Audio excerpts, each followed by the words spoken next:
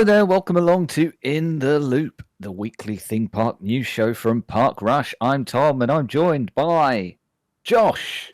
Hello. Hello there. Did I look the right way? Yes, yeah. You're over there, right? You can't, can't Excellent. see you waving on the cameras, but whatever. No, right, fine. Well, I can't see you at all. I'm running this whole thing blind here. Well, technically you're running this whole thing. I'm just a talking head. Yes. That's all. Fueled though by this, I would say, theme park adjacent merchandise. You see that, Josh? This hot Singapore Zoo, River Safari, Disney Tsum Tsum reusable cup. Look at that. What's kind of your take on Tsum Tsums as a thing? If I'm saying that correctly, I don't even know. I would say it's the same take that I have on pop vinyl figures and Funko Pops. I don't care for them. If you want to collect them, fine. I think they're overrated. I don't understand why they go for loads of money, the rare ones, because they're just crappy toys that aren't even. They're not even good action figures that have arms that move like the Buzz Lightyear chopping action. They don't even have that. So what's the point? Well, in the case of these Tsum Tsums on this particular cup, I mean, I've always looked at them as though they've killed the animals of the zoo, wearing their skin. Just like pulled it over their heads. Just. I mean, that's what it looks like to me. It's kind of messed up. They're kind of Kirby-esque though, right? So maybe they've swallowed them whole. Well, it also offers something offers a kind of insight into the insecurity of Tigger, who, of course, is kind of a tigerish type character, and he seems to have killed a leopard and is wearing that's on brand for tigers, though, right? Tigers kill. Is it? I don't know. Do tigers kill leopards, though? They probably would. I don't know. If they got in a fight. Get in touch. Let us know. Anyway, welcome to the new streamlined piece of programming from Park Rush. For those of you who don't know, Park Rush, it's a weekly theme park podcast, award-winning. That has an asterisk next to it on my script. Check. Oh, that's because it's not true. Fine. Okay. Well, it's been running since 2018, and it's a podcast which has kind of pivoted more towards trip reports and stuff over the last few months because we've actually been able to leave this godforsaken country occasionally visit some theme parks. So we've kind of left weekly theme park news on the cutting room floor. So we thought we'll find some other way to cover it, spruce up the YouTube channel a little bit. And that's where In the Loop comes in. So each week we're planning to pick out 3 news stories from various theme park news outlets, plus a rumour or other topic of interest to discuss, usually between the two of us. But who knows? We may have esteemed guests from time to time. If you do enjoy the show, then please subscribe on this fine YouTube channel that hopefully you're watching it on, and hit that like button. And of course, if you like this and want more, if you're not familiar with the podcast, you can find that at parkrush.com or wherever you get your podcasts. All the socials are at links.parkrush.com, and you can get in touch. podcast@parkrush.com is the email address. Without further ado, Josh, I think we should get on with the show. And as I say, three news stories. I think we're going to start here, if I may, with some early teases for what Disney are going to reveal as far as theme parks go at D23, which is only just over a month away at this point. It's scary to think. Yeah. Scary to think. So this here is from one Robert Niles at Theme Park Insider. And of course, as ever, the Disney parks are going to have a presence at D23 in Anaheim. And Robert writes, Disney's theme park segment will host the Wonderful World of Dreams Pavilion on the Expo show floor, where attendees can see behind-the-scenes glimpses of the upcoming Tiana's Bayou Adventure, which, of course, is the newly named makeover of Splash Mountain, themed to Princess and the Frog. And there's going to be some other theme park developments as well from the parks around the world. They're going to share news about those at the Boundless Future Disney Parks Experiences and Products presentation, which is so elongated you'd be forgiven for thinking Universal have actually named that particular panel, but hey ho, that's going to be on Sunday, September 11th at the convention centre. And from there on out, really, Robert kind of speculates on some of the things we might expect updates on beyond the Princess and the Frog re-theme of Splash Mountain. Josh D'Amaro, of course, who is the kind of head of Disney Parks, he took over from Chapek when Chapek took over from Iger as CEO of the whole damn enterprise. So we might get some updates on the Zootopia Land at Shanghai Disneyland, the Frozen Lands coming to Paris and Hong Kong, and of course the Tron Light Cycle Run roller coaster at Magic Kingdom, which we're going to talk a little bit more about later. Yeah. There are various other presentations as well regarding the parks. The inside look at the Society of Explorers and Adventurers. That's on Friday, September 9th. A peek behind the curtain at the Walt Disney Imagineering, Illusions and Special Effects Development Lab. That's on Saturday, September 10th. And various others as well. We won't go through the whole bunch, but hopefully you can see them on your screen there.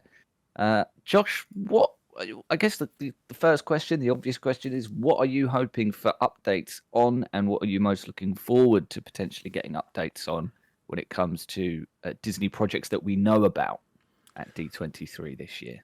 I think more insight into what they're looking to do with the Society of Explorers and Adventurers would be quite cool. Obviously, that's a big thing.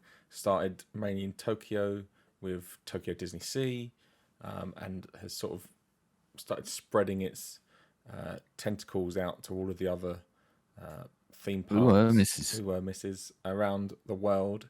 So it'd be interesting to see what they have to say on that, and if there's any cool stuff comes up about where those characters are going to be used elsewhere, or that theme is going to be used elsewhere.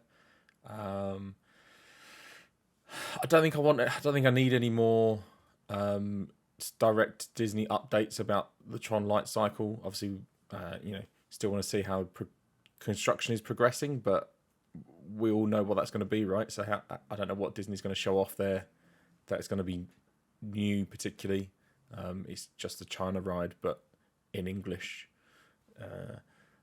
And I guess I think that's mainly it. Obviously, always up for new and exciting things that they're going to announce that we don't know about yet. What are they going to do at Animal Kingdom per se, where in the Dino Land? That'd be quite right. Yeah, that's a good piece of information if they could leak that, maybe, or not leak that, but show that off. Yeah. No, that would be good. That would be good. I mean, I was going to say, thing about announcements at D23, right? The cynics out there will say, well, if they're brand new announcements, take them with a pinch of salt because they'll get diluted over the years. And if you see them more and more, they'll become less and less like what they look like originally. And then the projects that you'll see that you've seen before will, as I say, be diluted from what they once were. So on that front, I'll be interested to see what they have to say about Epcot and how they're reimagining the whole front of that park and the Future World Pavilion and stuff. I mean, I have not been as negative about the downgrades people claim have been going on with the planned redesign of Epcot. As someone who was at Epcot a couple of months ago, I kind of just want to see all those work walls come down. I just want to see what the end result is going to be, because it's not a great experience walking around Future World right now. So I'm looking forward to that. And beyond that, I think it's actually kind of what they're doing with the Studios Park in Paris that has me most intrigued, as someone who has of course been to that theme park. And some of it was feeling a little dated, some of it in a kind of quaint and admirable kind of a way. The Jeremy Irons presented tram tour was an unexpected highlight, which I'll be sad to see go, but ultimately it's gone, isn't it? Yeah, but some of the plans they've got, Frozen, there's talk, isn't there, of whether or not they can do some sort of very streamlined Galaxy's Edge over there. Who knows? Of course, we might see how they plan to build on what they've done with Avengers. So, anything on Disney Studios, I'll be interested to see. It's a bit hard to garner excitement for me personally when it comes to announcements about the parks that I haven't visited myself. But of course, any big announcements that might be there about the Asian parks in particular, I'm sure will blow anything else out of the water, because they always seem to go above and beyond. But it will be exciting. it'll be exciting to see what they Yeah. have up their sleeves. And the the work that's going on in Tokyo right now on that sort of Fantasyland, new Fantasyland that they're building over there looks really, really cool. So Oh yes. more news on that is always welcome for sure. Yeah, absolutely. And I'm sure everyone is well aware of this, but D23 obviously is not just about theme parks. It's kind of Disney's, it's everything Disney. So you can expect probably Star Wars announcements, Marvel announcements, other Disney movie announcements, and Disney Plus things and whatever. So it will be it's like Christmas for Disney fans, basically. But Disney obviously slowly consuming every single media property that exists. It's basically just becoming Christmas for people that watch TV, regardless of your kind of interest in Disney. Yes. I mean, let's move on then to the second story that we have here, and it's an update on that Tron Light Cycle Run roller coaster that's coming to Magic Kingdom, and it's in the form of a video. This comes from Mouse Steps over on YouTube. They've filmed what they can see of the construction of the Tron Light Cycle from their recent visit to the Magic Kingdom. The best view, as it was when I was there a few months ago, of course, is from the People Mover in Tomorrowland. You go right past it, and based on this, even compared to when I was there, they've made a lot of progress. Josh, it seems to me like the kind of ride that has basically become a meme because of how long it's taken. Yeah. But it seems to me like they made very little progress over a long stretch of time, and it's one of those things that is actually ending up coming together quite quickly. Like they're going to do a lot in a relatively short period, given how little they did in a long period initially. Yeah, I guess building in the swampland that is Disney World is always tough, on the marshland, whatever you want to call it. And so you have to make sure that your footing's all present and correct before you can continue on. So they were making sure a lot of that work was done correctly. But then once that's done, that takes a long time, but once that's done and you've factored in things like the train line and that sort of thing, you can start going vertical very quick. And then, once everyone's spending loads of money after COVID is over, then it means that you have an added incentive to get it up as quickly as possible. So it's definitely getting there for sure. I think it's still really weird to have that like kind of juxtaposed against the old petrol-powered cars that look really, really out of place now. I wish that would go, but yeah, the Tron's looking really, really good. Yeah, I mean, the track is what's really come along from what I can tell. I mean, the canopy has looked like it's been in, decent shape for a while, although some people pointing out in the comments of this video that some of it looks like it's sunk. I hope that's just some sort of something playing trick on their eyes and that's not actually what's happened. It's not as tight as some of the canopy is not as tight as you would expect it to be. So I don't know whether that's just unfinished or maybe it's been affected by the sun and they need to rework that. Who knows? I don't know. It's looking a bit like how some of those kites came down on the Kite Tales Animal Kingdom show. Exactly, R.I.P. Yeah.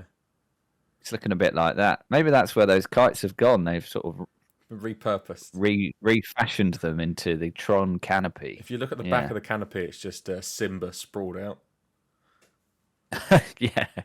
When do you think this is going to open then? Do you think D23 is when they will be able to announce an opening date? Do you think it's in 2022 or do you think we're going to have to wait? I mean, surely it falls within the 50th anniversary celebrations, correct? Which I must admit off the top of my head, I'm not sure when those are actually officially meant to end, but 2030? I don't know.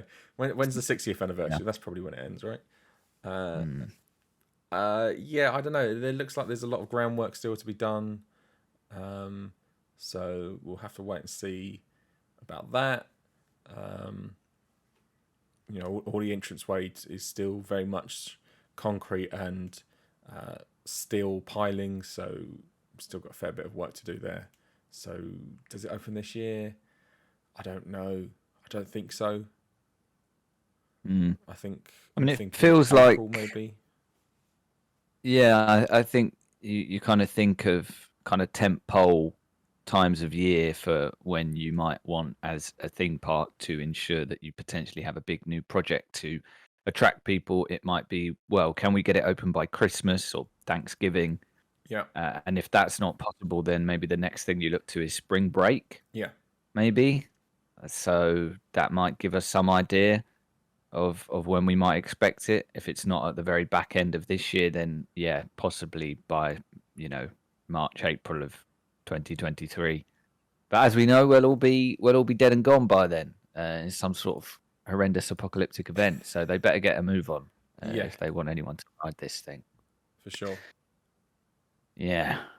Right. I mean, this is a very Florida-centric debut episode of In the Loop. Can't be helped, because the final news story is, well, I guess this straddles Florida and Hollywood, and this regards Universal's Halloween Horror Nights for this year. Coming to both Florida and Hollywood will be, and it's kind of crazy to me, really. The Weeknd Yes. are coming to Halloween Horror Nights. Never mind your classic monsters, never mind your Blumhouse productions, never mind your Stranger Things.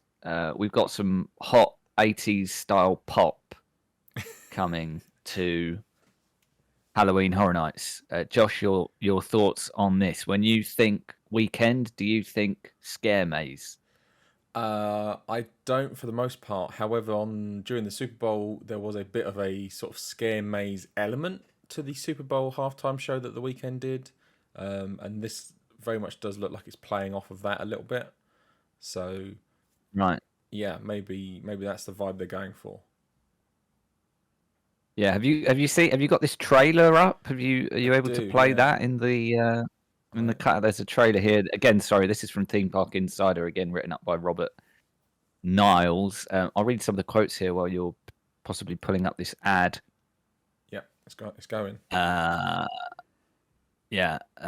Gosh, I'm going to butcher this poor man's name. Abel Tesfaye? Is that correct? Do you know? God knows. Is he the lead guy in The Weeknd? I don't know, to be honest. I am very new to The Weeknd. I must admit my first exposure to them was the trailer for Miss Marvel, which is probably sacrilege to admit. But yeah. I don't know. The Weeknd is one guy. He is The Weeknd. Oh, he is The Weeknd. I see. So yeah. Oh, interesting. Abel Tesfaye, yeah, I guess I've never known his actual name. But yeah, that's. Sorry, I'm not. I'm a little bit off, actually. I said my first exposure to them was the Miss Marvel trailer. It wasn't actually. It was when his social media team had clearly scheduled an unfortunately worded tweet, which just happened to go out just as the invasion of Ukraine began. Oof. And it looked very much as though he was egging on the terrible atrocities that had begun to take place, and he had to issue a very awkward apology about that. So that was actually when I first sort of became aware. Anyway, he says, "I always wanted my own Halloween Horror Nights haunted house. Don't we all? How do we get one? That's my question. As Halloween has always been significant to my music, so this is a total dream come to life. I feel like my music videos have served as a launching pad for a collaboration like this, and I cannot wait for people to experience the madness." So, there we are. Universal are promising the eerie sounds of after hours reverberating throughout the experience, with grotesque characters and themes inspired by The Weeknd's music and short films. Perfect. So there you go. Yeah. This is the fourth house that has been officially announced so far. There are 6 more left. Wow. To be announced for Orlando, 4 for Hollywood, and it all kicks off on September 2nd. So the announcements should come thick and fast between now and then. And plenty of the prep work has already begun. Lots of scenery has been erected already. Certainly in Florida. So, I'd imagine, as I say, these announcements are going to come thick and fast over the next few weeks. Anything in particular you're hoping for? Yeah, I don't know. I guess he does have this vibe. A lot of his music videos has a vibe where kind of substance abuse in some certain videos, and kind of horror elements to them, like I mentioned about the halftime show. This is kind of cool. I don't know if the Blumhouse house is coming back to Halloween Horror Nights. That's always well regarded, I I believe. believe so. Yeah, so that'd be I cool. believe it is. Yeah, I don't know. I don't think I've heard any rumors about any of the other houses yet. So, but hopefully they're all. There's usually they're of a standard at the very least, and there's usually a couple of big hitters. So hopefully we get more big hitters than normal. Indeed, yes, it'll be interesting to see. We're going to end here with a trip to the rumour mill, and I feel like this is going to be a very common stop for us when it comes to the rumour mill. It is Orlando Park stop, and Alicia Stella has done an extensive write-up on what she has heard what might finally become of KidZone at Universal Studios Florida. This has long been on the chopping block. At times, it's felt like the axe was inches from its neck, only for it to be pulled away. There's been, of course, talk that this was originally being planned as Florida's Nintendo World, then maybe Pokemon. Now it seems like it is maybe going to be slowly taken over by DreamWorks. Okay. There is some sign of that already. There's kind of the DreamWorks destination meet and greet area, which was there when I was there back in April and May, where you can meet sort of trolls and I think Madagascar and Kung Fu Panda characters and various others. Right. The Shrek and Donkey meet and greet, which was very popular around the corner from Shrek 4D, that has been relocated around here as well. So yeah, now that Alicia is kind of speculating that perhaps the rest of this land, apart from ET, course, could also be sort of rethemed, if you like. So the Woody Woodpecker coaster, for example, Fievel's playground, the Wild West Mouse guy. Yeah, Fievel. Yeah. Yeah. I mean, again, Josh, what do you reckon here? Because I mean, it feels to me like, in a sense, some of these properties, Shrek, Madagascar, Trolls, etc. Yeah. I'm not sure how much sort of cultural reverence there is for these, even compared to something like Woody Woodpecker. I don't know. It feels like in the mind of a lot of kids, for sure, these may as well be just as old. You know what I mean? Like if you're 6, 7 years old now, do you care about Shrek? In my mind, anyway, Shrek at this point more a meme than a movie franchise. Yeah, I think Shrek is transcendent in a sense. I think it works. It's a film that I think parents or people of our generation who are now having kids are showing their kids potentially. So I think Shrek. Sorry, wait, what? People of our generation are supposed to be having kids, are they? Well, damn, I didn't get that memo. I didn't say they're supposed to. I'm saying that some people are. Are they? Damn. Yes. Unfortunately, or fortunately, I'm not judging. But so I think Shrek works still. I think because Shrek is pretty big. Kung Fu Panda, I don't know. Over in the Western markets, I don't know. I know it's still pretty big in Asia because obviously it's got that Asian heritage or Asian inspired, I guess. Yeah, it's at Beijing, isn't it? Universal Beijing. There's a big old Kung Fu Panda zone. Yeah. Does Madagascar still work? I don't know. I feel like Madagascar didn't work after the first Madagascar, but don't know. I quite like the Penguins spin-off. I remember thinking that was dumb and kind of funny and amusing, but yeah, I couldn't really tell you what happened in the second two. They made 3 of those original Madagascar films, and I couldn't tell you what happened in the second or third one. No. Yeah, I mean, one of them they might have gone back to New York. I don't know. I mean, Trolls has completely passed me by as well. I mean, Trolls is fairly big. Yeah, I think you're right. I think one of those Trolls films was kind of one of the last big cinema movies before all the first lockdowns, right? And I think that was one of the first cinema releases that went kind of straight to streaming because of COVID. That's kind of that was my main exposure to Trolls. It's Trolls kind of World Tour, was that?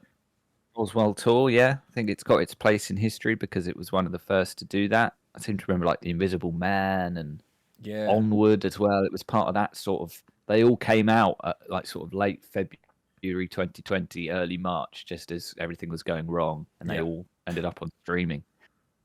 I mean, obviously, How to Train Your Dragon is heavily expected to be coming to Epic Universe, so that presumably wouldn't be represented here.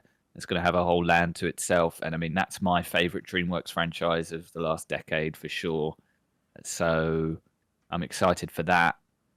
I just feel like this is, the meet and greet, both the general DreamWorks one and the relocation of the Shrek one, just kind of felt like a way of keeping KidZone ticking over in a sense. I must admit, I'd be surprised if they committed to retheming this to DreamWorks. I feel like they should, at this point, just keep it kind of ticking along as best you can, and then once you're properly committed to doing something a bit more extensive to it, which I mean, I still like the idea of a Nintendo franchise being represented at each of these three parks eventually.